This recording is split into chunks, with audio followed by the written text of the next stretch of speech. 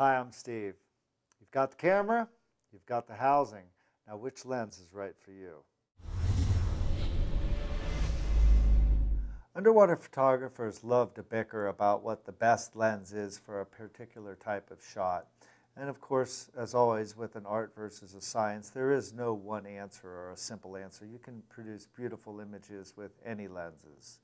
However, you'll find that most underwater photographers are using lenses in two extremes, which is to say extremely macro and extremely wide angle. If you go to your camera store, you'll see that lenses fall into three different categories. We have super wide angle lenses, we have macro or micro lenses, and then we have long or telephoto lenses. As a general rule of thumb, the long lenses are not of any value for underwater photography. You put too much water column between your lens and the subject, and the result is very washed out images. Plus, the lights won't travel far enough to light up your object when you're shooting with a long lens. So long lenses are pretty non-existent. But when we talk about macro lenses, there's two that really dominate the field. This is the 60 millimeter lens, and another popular version would be the 100 millimeter lens. The thing to keep in mind is that these two lenses will shoot pretty much the same image, but the 100 millimeter lens will allow you to be a little bit farther away from your subject. So whereas the 60 millimeter lens to shoot a full frame one-to-one image might need to be 4 or 5 or 6 inches away from the subject, the 100 millimeter lens will allow you to shoot the same image from more like 11 or 12 inches away.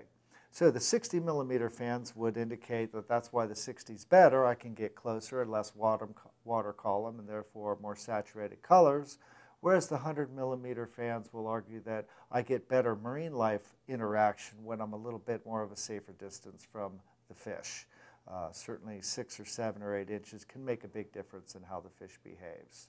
So with the macro lens, I say go with either the 60 millimeter or the 100 millimeter. You'll love both.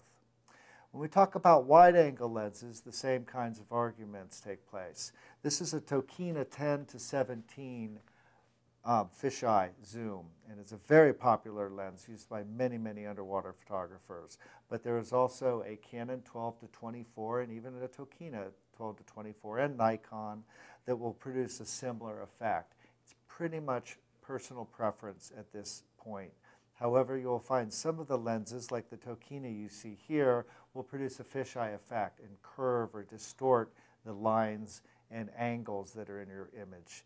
This is generally not very noticeable on an underwater photograph unless you have parallel or perpendicular lines, like a shark cage or possibly a shipwreck.